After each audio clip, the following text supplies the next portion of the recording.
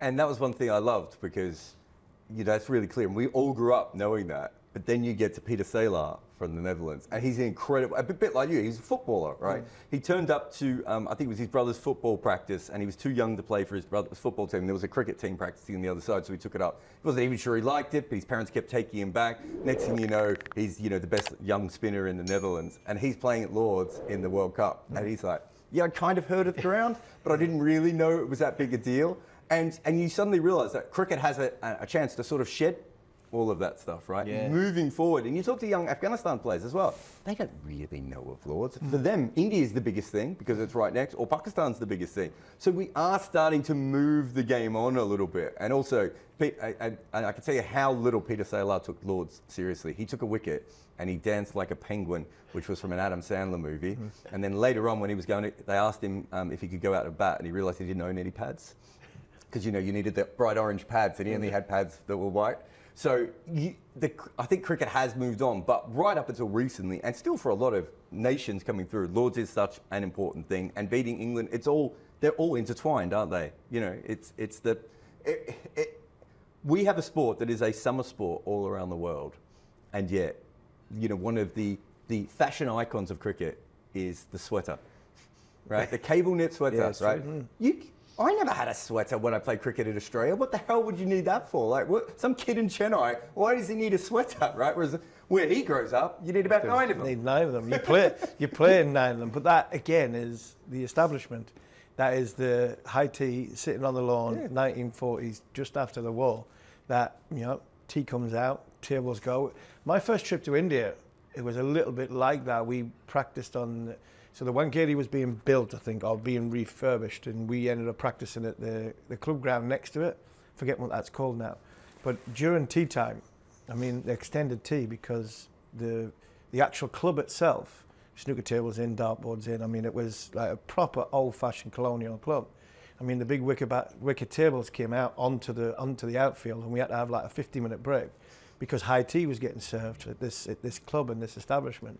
And us from, daft lad from Ashington and 1 or 2, big lad from Preston, we're going, this is what's wrong with cricket.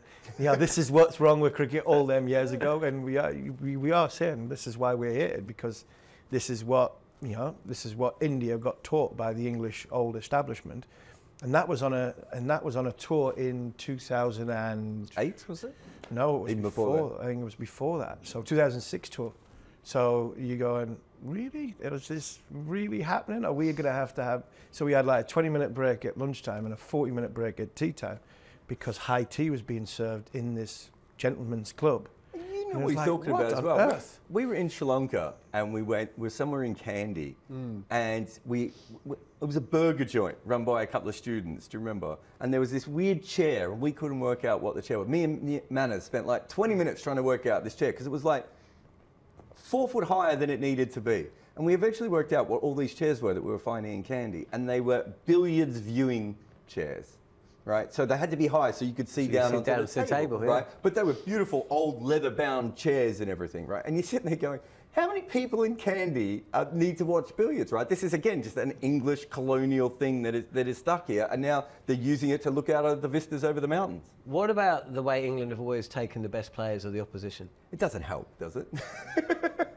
You go back to Ranji all those years ago, and clearly India doesn't have a player of his talent for a very, very long time. So he's in the late 1800s, right? Yeah. And then you go through, there's a few Indian players that come through. Then you have the whole, Afro-Caribbean players coming through. Then you have the Zimbabweans and South Africans, Australians, and everyone else. And then all the way through the Irish. That's a big deal. And when you talk to the Irish players, it's really interesting to them because they're the little brother, right? Like English sports fans don't think about Ireland unless Ireland's about to beat them in something. But it's the big thing for them. But all of these Irish guys you talk to, they grew up playing cricket in England and learning about cricket from England and watching commentary of English games because it was very different. So they've got this weird relationship where they want to make Irish cricket a big thing. But, Ed Joyce essentially spent most of his life learning the game over here. The O'Briens played a lot of cricket over here, Porterfield, all those sorts of guys. And so they had this weird relationship with England again. But I remember Paul Sterling coming out really early on in his career and go, I'm only going to play for Ireland. And until that, we never really heard that. And you think about, like, Douglas Jardine, famous captain of England, but he's Scottish, and Ian Peebles plays 20 test matches. So they've always been getting players from outside the system. Even early Australians and early South Africans quite often would play for their country and then England because there would be more money over here. So there's always been that. I think that's an issue, right? I mean, New Zealand cricket had, I think, 3 early great cricketers, and almost all of them ended up playing club cricket in England for more money and not playing for New Zealand, right? How do you become a great team if you can't even keep your players playing for you? Yeah, and you just look at this T20 World Cup. There was a handful of associated nation players playing county cricket. I commentated on, I think, Scott Curry. I don't know how he's not on the Scotland squad, and he played for Scotland and he played the other night. I don't know the full story. He might not have been selected, but there are quite a few of the associated nation players, because they've got contracts, because they're providing for their families, because they see the long term of their careers rather than going off to a 5-6 week World Cup. But there's others that have gone over and played. Michael Jones played from Durham. He's gone and played for Scotland. Delaire's gone and played for the Netherlands. So we've always had, I think, a pull to come to this country. I mean, the KP one, I can think of. Graham Hick came over when they were in. I think they were in their teens, if not 20s, to come over. That there, you can argue, there's an issue with. But the likes of Sir Andrew Strauss, Matt Pryor, both born in South Africa, came over as sort of 5-6-year-olds. You know, I'm not saying they're more English, because they're not, because they were born in South Africa. They were raised for early years there. But their cricket education was in England. So I don't really have a problem with, I think that's people like that. But I think the ones like Kev, when Kev came over, he came over for one reason, and that was to be the best cricketer he possibly could be. And we might have the same thing with Dan Worrell next year if he qualifies and potentially could play in the Ashes. So, well, I mean, Jofra Archer is, would be a huge for West Indies, right? Mm. And you think of Gordon Greenidge. So Gordon Greenidge grows up in Barbados, comes over to the UK at 14, could have gone to either side. And at that stage, he probably thought, well, I can keep playing county cricket, and I'm good enough to play county cricket, and I can play for the West Indies. Yeah. That's the best of both worlds for him, right? Yeah. I can't imagine too many young cricketers making those decisions anymore. I think now, from a financial point of view, you're like, well, if I make it with England, I'm going to go off to franchise leagues quicker anyway. And if I don't make it with England, I've got 15 years of county earnings to be able to get. And so, you know, that's a big issue. You talk about the associate teams. Some of the associate teams, some of these players don't play for the associates. It's not that they don't even get picked for the associate team, right?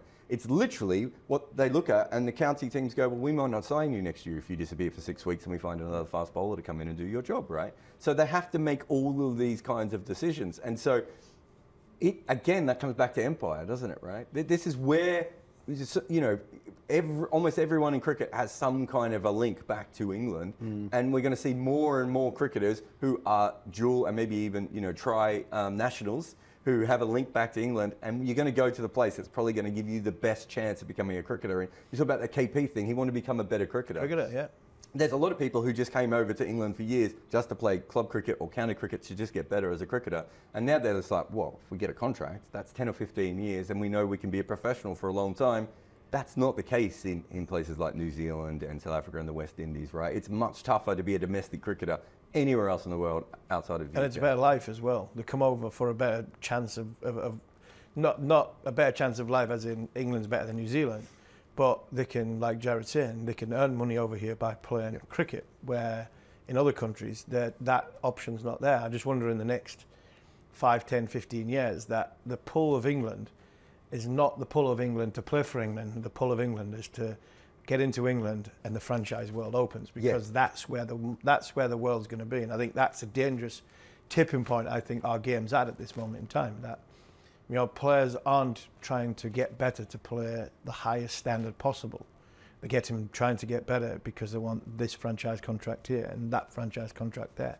And I just wonder if the influx of players who aren't from that native land, whether it's players coming into England or somebody else going into India or somebody else going into New Zealand, that the affiliation with that country, they don't want to play for that nation.